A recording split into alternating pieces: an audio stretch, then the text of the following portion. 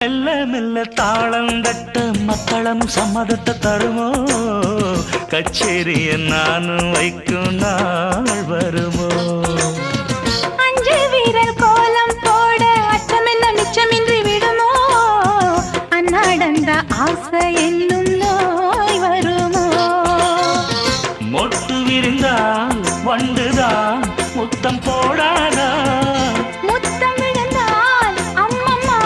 வேட்கம் கூடாதா கட்டி பிடிச்சிருக்க மெட்டு படிச்சிருக்க எனக்கு ஒரு வரம் கொடு மடியின் இடம் கொடு சின்ன சின்ன செய்தி சொல்லி வந்ததொரு ஜாதி மல்லி ஆனமல